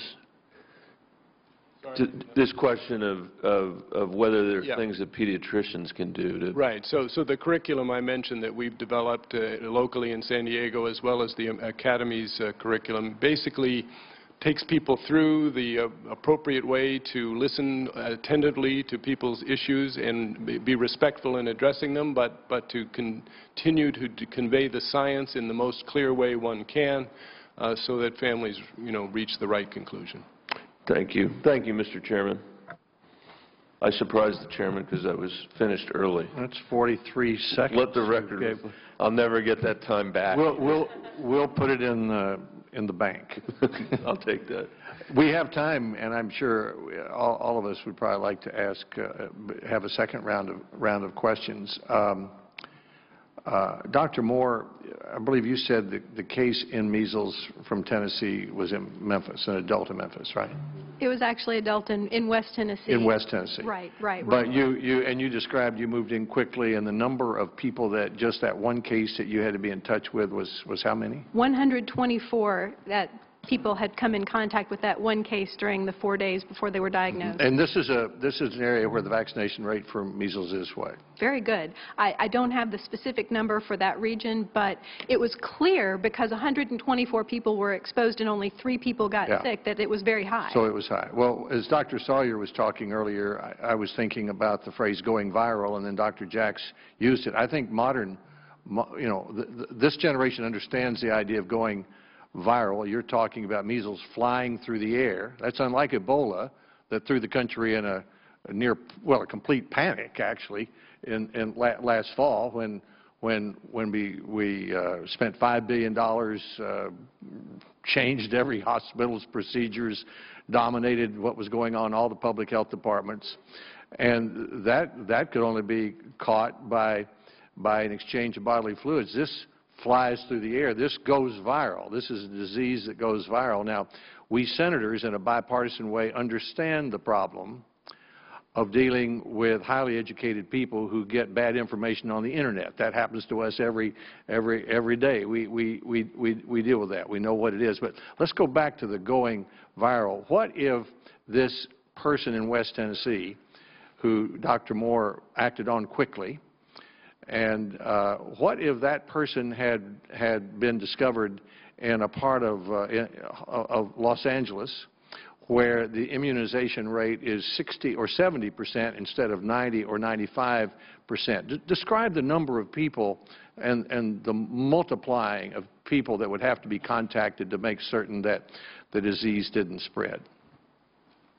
Well, I can share the experience we had in San Diego in 2008, which was our last outbreak. We had 12 cases and over 800 people were exposed to those 12. So it quickly goes up exponentially, the number of people you have to track, and unless public health is there to track those people and keep them quarantined, it could easily just get completely out of control. Well, so you had 800 people, but then each of them might have infected someone else, right?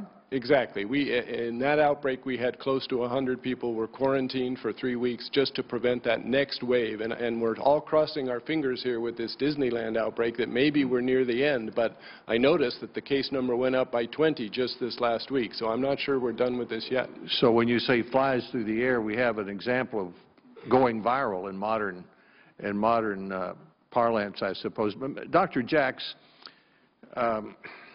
this may not be an exact comparison, but people ask me why I continued to play the piano when I was young, and I remember responding, I didn't remember my mother giving me a choice about it. I guess I had a choice, and we're not talking about taking choices away today from parents, but we are talking about a conversation with between a pediatrician and a parent that probably wouldn't start without.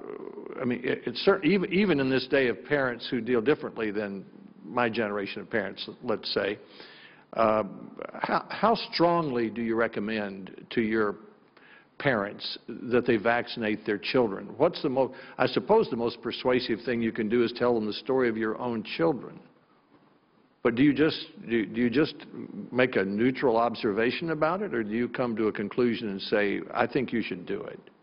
I definitely come to a conclusion of recommending that we do vaccinate. I oftentimes don't approach it quite that way because I want to get their thoughts and opinions and their fears first, so I can address those. But yeah, I talk to families from, a couple that's still pregnant that hasn't had their first child yet, to that first visit after they're born, to the routine visits where we would do vaccinations. Mm-hmm. And every visit, whether they are 100% getting vaccinated or whether they're still trying to decide, I'm answering questions, and I'm urging them to make a good informed decision. And my understanding, my opinion is that, yes, vaccines are absolutely one of the best things that they can do to protect their young child. I'm out of time, but I assume that I know in our state years ago my wife led an effort to establish a medical home for every child about to be born, prenatal health care. And I assume anything in prenatal health care that allows a parent to know more about the value of vaccinations before the child is born is a very effective way to keep the vaccination rate high. Senator Murray. Thank you, Mr. Chairman. Dr. Moore, I wanted to ask you about this because I'm especially interested in learning more about what can be done to increase uptake of the HPV vaccine. We are really fortunate to have a vaccine today that can prevent most forms of cervical cancer, which I'm sure you know is the second leading cause of cancer deaths among women in the United States. About 12,000 women get cervical cancer every year. About 4,000 are expected to die from it, and we know that those are deaths that can now be prevented. I wanted to ask you, what can state and local health departments do to more effectively promote the HPV vaccine? That's a wonderful question, and certainly we know that a lot of young women and men are not being protected against this virus yet, who could be. In Tennessee, our immunization rates are about 1 in 3, and we'd like it to be much higher. We're working collaboratively with cancer advocates because they have wonderful experience raising awareness about breast exams and pap smears, and we're collaborating together to try to help families understand that this new vaccine is a cancer prevention tool that can help reduce the risk of an abnormal pap smear for a young lady later in life. We are also trying to make sure people understand this vaccine is safe, it lasts, and it's very, very effective.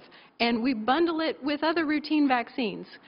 So it's given at the same time a Tdap vaccine for pertussis protection in middle school and the first meningitis shot. And it's just a part of the routine preteen immunization bundle. So we're trying to help people understand that there's nothing exceptional about this except that it is phenomenal cancer prevention and incredibly exciting to have a tool in our hands that the last generation didn't have to protect women and men from cancer for their lifetimes. Yeah, well, thank you. Appreciate that. I also want to mention that in my home state, we have an incredible public-private partnership. It's called Vax Northwest. At a time when my state had the highest vaccine exemption rate in the country, our state health department came together with some key health-promoting organizations, including Group Health Foundation, Within Reach, and Seattle Children's Hospital, to create this really innovative partnership which addresses vaccine hesitancy through work with parents and our healthcare providers alike. It had support from the Gates Foundation, which was helpful, and the engagement of a lot of partners.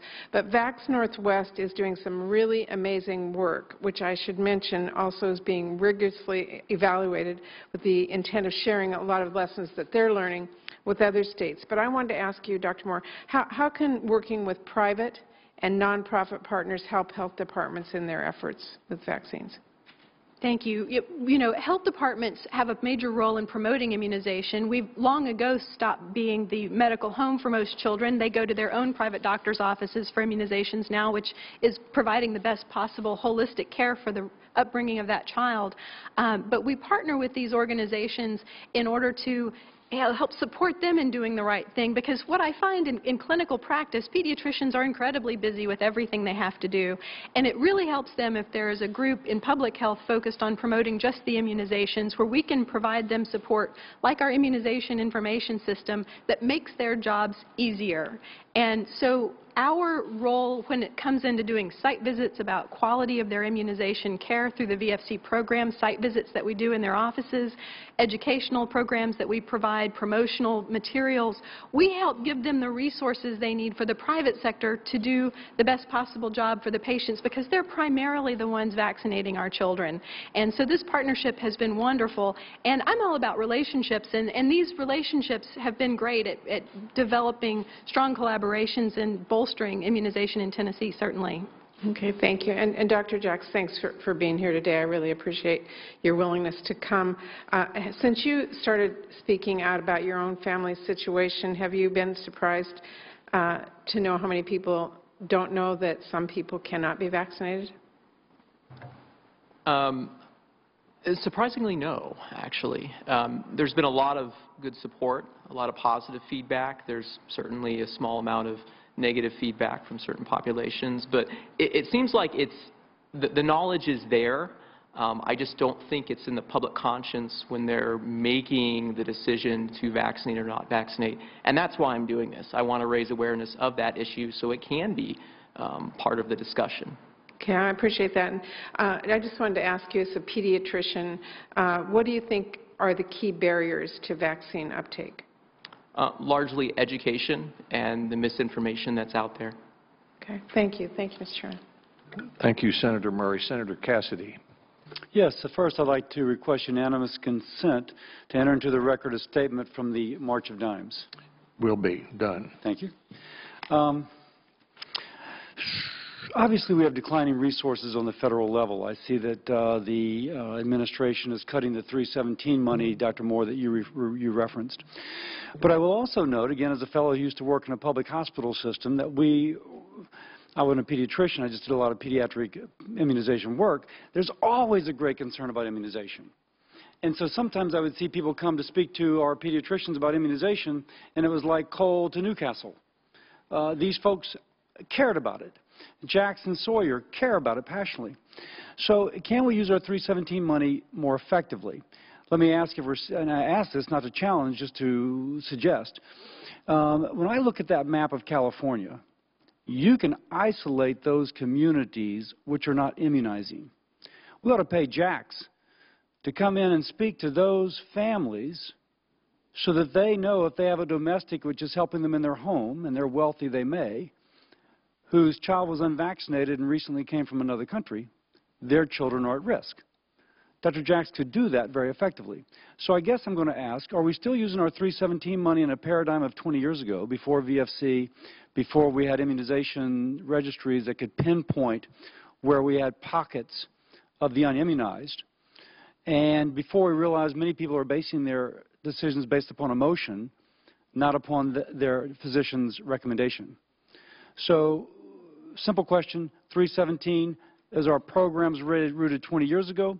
Or are they adapting to our ability to use data to pinpoint where we need our intervention? Dr. Moore? Thank you for that question. And I can say, under Dr. Schuchat's leadership, the 317 program is definitely focused on where we are today with our immunization programs. The 317 funding that we have is going to support our immunization information system that provides, as I mentioned, clinical decision support for clinicians who need to keep up with the complex current immunization schedule to provide optimal care. It can provide that support. It makes it easy to issue an immunization certificate. We also are using those funds to provide education not only for clinicians in large conference settings, but also one-on-one education. We will send a public health immunization expert into a clinic to spend half a day with that clinic staff. My point is that those clinicians, again, they don't need a half a day. They just need to have posted online their clinic's results. Compared to other clinics, the natural competition is going to drive it. We know that from infection disease rates in ORs. If you post a clinic's immunization rate and they're lacking, they're going to come up. I suspect if you did that for an elementary school, we're going to post the rate of the children immunized here, enter but beware, because over 50% are not immunized. Do you follow what I'm saying? It's a petri dish for measles. So, Dr. Sawyer, what are your comments on that? Well, first, I'd like to agree with your very last comment about posting these rates for schools, because we want parents to be informed about vaccines in general. We should also want them to be informed about the environment that they're putting their children in. And there's no doubt that a school with 40 or 50% of unimmunized children is where the next outbreaks are going to occur, because once they get going, they'll spread. So is there a push to do so? I mean, that really should be something we should be letting parents know as much as possible about both, because I read the pediatrics article that staff provided. If a pediatrician pushes immunization, she is more likely to convince the mama to vaccinate than if she is a passive, okay, that's fine, I'll sign the note. So to what degree are we posting individual clinics and or individual schools? Seems like you should be doing that in Santa Monica. Well, I can certainly comment for California. The rates of school vaccination are public information. They're posted on the state's website, but you have to go look for them rather than putting them right in the face of the parent as they walk in on the first day of school. It might be more effective. Mm-hmm. Dr. Jackson, any comments? Okay. Well, I will yield back my 43 seconds. Thank you. This time bank's getting full. We got Senator Franken. I don't think I'm going to take very long. I appreciate all your testimony and all your answers to the questions. I just have, and it may be too early to know the answer to this, but maybe, and all of you are on the front lines of this, obviously, and Dr. Jacks, with your story, you're hearing a lot. What is the public reaction to this in the last week or so? Because hopefully we're disseminating some information here, and the news has been, and what do you sense has been the reaction to the outbreak and to all the public information, all the discussion on the news, etc.? What has been the reaction from those parents who waived the immunization for their child? Is this being helpful? Is this a learning moment for America? I would say absolutely. I've certainly heard stories from local pediatricians who have been trying to convince families for years to immunize, and when this measles outbreak happened, they were walking in the door wanting to be immunized. So I think the publicity is very important to raise awareness about the fact that these diseases are still out there. And I thank, again, the senators for organizing this hearing to partly do that. Yes, I have had great experience getting a lot of good questions from the media and from families, particularly focused on our immunization exemption, which is low, but notably the wealthiest county in Tennessee has almost 4 times as high an exemption rate as the county next door, Davidson County, for Metro Nashville, among kindergarten students. And I think that caught everyone's attention. And hopefully, even though our exemption rates don't compare to California and some other places, it's making people realize the consequences of their choices. Dr. Jackson, you look... I would just echo what they're saying. There's definitely been a lot of good awareness about the issue. A lot of families have come in to get immunized, both against the measles as well as other immunizations. I just had a family this last week that the parents were kind of split on do we vaccinate, do we not, and I remembered them, and they came in and they got all their vaccinations. Good. You know, this Lancet article from years ago, I think probably did a lot of damage on this, and you know, we've seen not an explosion, but maybe a growth in autism, at least in the diagnosis of it, whether it's a genuine increase or just a better diagnosis. And parents, and it's a devastating thing, autism. And so I know that fear resonated with people. So I think that, again, that this is maybe a wake-up moment, a learning moment, and I hope that it is. And I want to thank you for being here today. I want to thank the chairman for calling this hearing. Thank you. Now, I give you a minute 16, but I'm the end anyway, so... Thank you, Senator Franken. Senator Murray, do you have closing remarks? I just wanted to thank all of our witnesses today and for being here and all the work you're doing to help keep people safe from vaccine-preventable diseases. And I particularly want to thank our chairman, Senator Alexander, for holding this hearing at such an important time. Thank you. Well, I thank Senator Murray for her work and her staffs in putting together such an extraordinary group of witnesses today. This has been very, very helpful, and not just to us, I think, but to anyone who has been listening. Dr. Moore, we're again are so proud of our public health department in Tennessee. I think back not just on this, but on the quick reaction to the fungal meningitis episode, where your organization saved lots of lives. Dr. Sawyer and Dr. Jacks, thank you for your leadership in your field and your testimony. I think the hope we have is that Dr. Jacks' message goes viral more rapidly than measles does, and that it goes fast. I have a hard time keeping my old governor hat off, and it makes me think of the importance of our state organizations. I mean, CDC really works through the states. The medical associations work through their legislatures and associations, and they're in touch with parents every day. And we would like to, take some step to solve all this problem, but the truth is, in my view, most of that reaction has to be with those who are closest to the parents and who see them regularly. And I think that the idea of a medical home for every child who's about to be born is probably the surest and best way for states to approach this, because parents who are talking to their pediatricians are going to make sure their children are vaccinated.